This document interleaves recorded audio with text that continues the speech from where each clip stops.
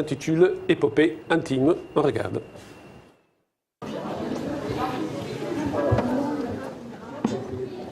L'entrée des artistes est la même que celle du public. Les places sont limitées. Le spectacle a lieu dans une caravane. Mathieu Desfammes a monté sa compagnie, presque par hasard. Ça s'est fait comme ça, avec des hasards. C'est-à-dire que j'étais sur un festival à Nantes et puis on m'avait demandé de faire quelque chose. Et puis j'ai dit, tiens, si tu as une caravane, tu me mets une caravane à dispo et puis je ferai un truc dans la caravane. Et puis c'est né comme ça. Et puis je me suis mis à écrire. Le projet est né comme ça. Un projet original présenté ici à l'espace culturel Jean Lurçat de Juvisy lors de l'ouverture de la saison culturelle en octobre dernier. Mathieu Desfammes descend d'une très ancienne famille nomade. Le théâtre en caravane, c'est sa spécialité. Mon père est né en caravane, ma grand-mère est née en caravane, c'était des forains. J'ai un vieux papa qui a connu la guerre et tout ça. Il a vécu jusqu'à l'âge de 17 ans en caravane. Donc j'ai été bercé tout au long de mon enfance par les histoires de caravane. Accrochez-vous, l'aventure de Mathieu au CP va commencer. Un homme, une caravane. Le spectacle de Mathieu Desfammes s'intitule Épopée intime. De toutes ces femmes qui m'ont fait, de celle qui m'a porté à celle que j'ai portée dans mes bras, que j'aime ou que j'ai aimée, que je hais ou qui m'indiffère, il en est une.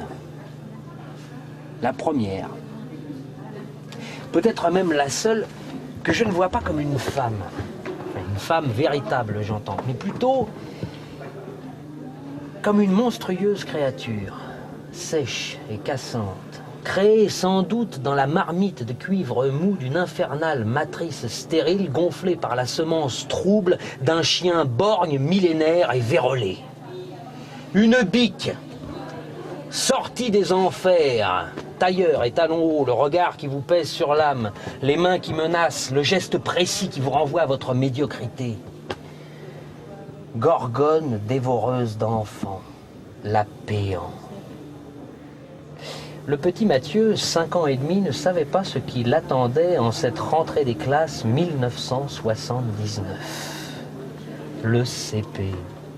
Ou cours élémentaire préparatoire, ou pour certains enfants, la fin de l'insouciance, le gros truc qui vous tombe sur la gueule, la déprime, les cauchemars, le vomi, le pipi au lit. Attraper la péant à 5 ans et demi, c'était pire qu'une maladie grave. Une maladie, on prend un cachet, on met un suppôt, ça pique les fesses, on sent l'eucalyptus, on passe la nuit à transpirer, et au matin, on est vivant ou on est mort. Mais avec la péant, en plus de transpirer toute la nuit, au matin, on l'a toujours.